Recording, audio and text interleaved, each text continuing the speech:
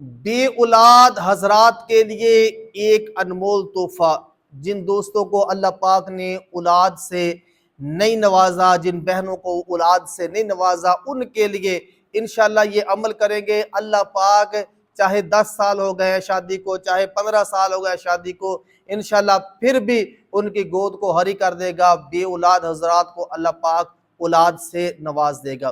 ایک تو جو دوست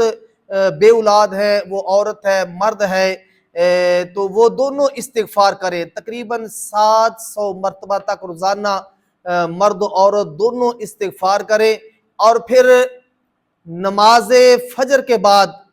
یہ سورۃ آل عمران کی آیت نمبر ہے 38، اس کو 3 مرتبہ پڑھنا ہے۔ ہَبْ لِی مِن لَدُنْکَ ذُرِّیَّۃً طَیِّبَۃً، اس کو 3 مرتبہ پڑھنا ہے، اور ہر نماز فجر کے بعد اور نماز مغرب کے بعد یہ آیہ مبارکہ سورۃ انبیاء کی آیت نمبر 89، 99 نمبر آیت ہے،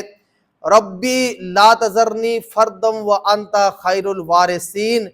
10 مرتبہ نماز فجر اور نماز مغرب کے بعد اس آیہ مبارکہ کو پڑھنا ہے، اور استغفار کریں کثرت کے ساتھ، تقریباً 700 مرتبہ تک استغفار کریں، تو انشاءاللہ تعالی اللہ تعالیٰ جن خواتین و حضرات کے پاس اولاد جیسی نعمت نہیں ہے، اللہ پاک اولاد جیسی نعمت سے ان کو مالا مال فرما دے گا۔